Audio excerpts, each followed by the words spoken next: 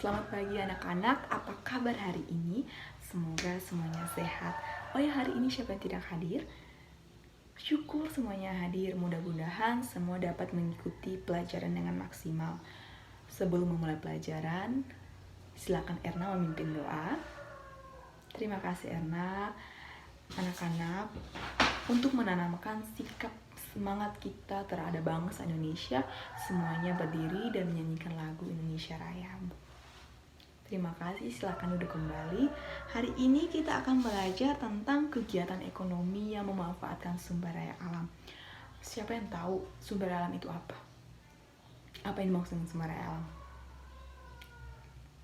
Sumber daya alam berarti dia berasal dari alam. Benar sekali, terima kasih Erna.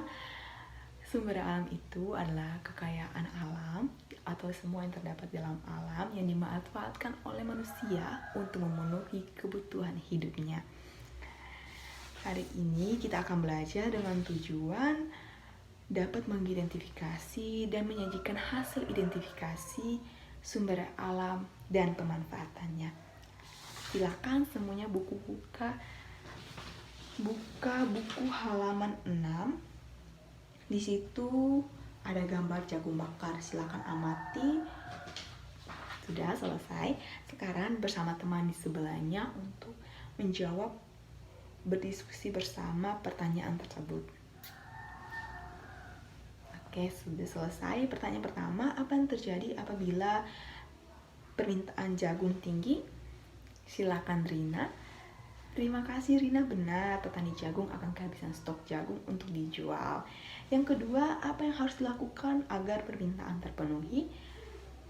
Terima kasih Elda, petani jagung membudayakan kembali jagung pada lahan miliknya.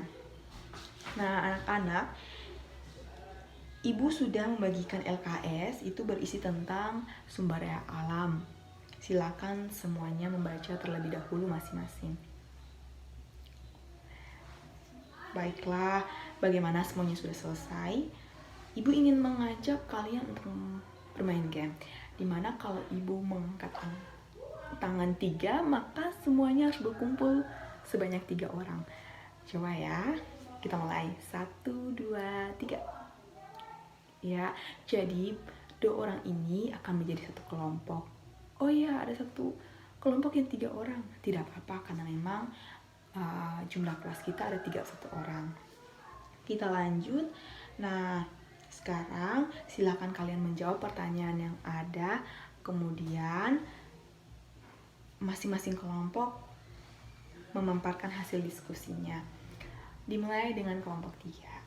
Terima kasih untuk kelompok 3 yang sudah tampil. Anak-anak, Indonesia dikenal sebagai negara kepulauan memiliki kekayaan alam yang sangat berlimpah. Kekayaan alam tersebut terdiri atas sumber alam yang tidak bisa diperbarui, yaitu seperti minyak bumi, batu bara, dan bahan tambang lainnya. Sumber alam yang bisa diperbarui itu yaitu matahari, air, angin, kekayaan laut, dan hasil pertanian, hasil peternakan, dan hasil perkebunan. Indonesia sebagai negara kepulauan dengan garis pantai terpanjang di dunia memiliki kekayaan laut yang luar biasa jumlahnya. Ribuan jenis ikan, terumbu karang, dan hewan laut lainnya terdapat di perairan kita, sehingga Indonesia dikenal dengan sebutan ibu kota ikan dunia. Indonesia juga terdiri atas gugusan pulau dan terletak pada garis khatulistiwa, membuat negara kita sangat kaya akan jenis tumbuhan seperti buah-buahan, sayuran, tanaman obat, dan banyak lagi. Indonesia juga memiliki hutan tropis yang kaya akan pohon berkayu dan hasil hutan dengan ribuan jenis hewan di dalamnya. Oleh karena itu, Indonesia pernah dikenal dengan paru-paru dunia. Namun sayangnya saat ini hutan-hutan di Indonesia banyak yang musnah karena pohon-pohonnya banyak ditebangi atau dialihfungsikan menjadi perkebunan sawit untuk kepentingan industri. Kita sebagai bangsa Indonesia tentunya bangga dengan kekayaan alam yang berlimpah dan wajib untuk memanfaatkan sumber alam tersebut dengan bijak.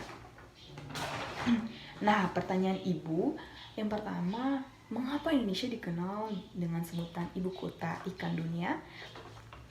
Yang kedua, mengapa Indonesia pernah dikenal dengan paru-paru dunia? Silakan tulis di buku masing-masing. Dan jadi anak-anak, kesimpulannya sumber daya alam adalah semua yang terdapat di alam atau yang berasal dari alam dimanfaatkan oleh manusia untuk memenuhi kebutuhan hidupnya.